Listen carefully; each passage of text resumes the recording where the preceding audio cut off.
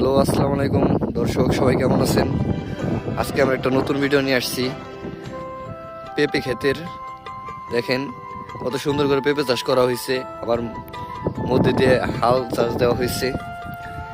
দেখেন এই পেঁপেগুলো সামনে বর্ষা মৌসুমে ফলন দিবে, প্রচুর ফলন দিবে। এখন আমরা কৃষক ভাইয়ের সাথে কথা বলবো যে পেঁপের বাগান থেকে কেমন প্রফিট আসে এবং এগুলো কেমনে চাষ করা হয়। ভাই ভালো আছেন? হ্যাঁ ভালো।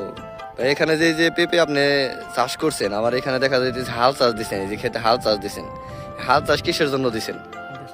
হাল চাষ দিছি পেঁপে চারা যেন রস পাক ভালো থাকে।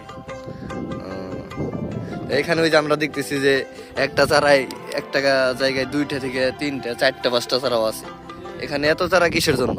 ওই যে মর্দা মাইকা আছে রাখবো একটা মারা যায়, তার লেগে 4-5টা করে চারা দিই আমরা। একটু বড় হইলে তারপরে একটা চারা রাখবো, একটু বড় হইলে আমরা কেটে দেবো, একটা রেখে সবটি কাটবো। সবাই শুনলেন যে কিসের জন্য এমন হাল বাওয়া হয়েছে এবং এক জায়গায় 3 থেকে 4টা চারা কিসের জন্য রাখা হয়েছে। কারণ হাল দিলে এগুলা দিয়ে মানে পেঁপের চারাগুলা রস পাইবো, আর রস পেলে চারাগুলো তাড়াতাড়ি বড় হইব এবং খুবই তাড়াতাড়ি ফলন পাইব। এবং এক জায়গায় যে 2 থেকে 3টা চারা আছে এগুলা কেটে একটা চারা রাখা হইব, যেটা নাকি অনেক ভালো পরিমাণে ফলন দেবে। ভালো থাকবেন।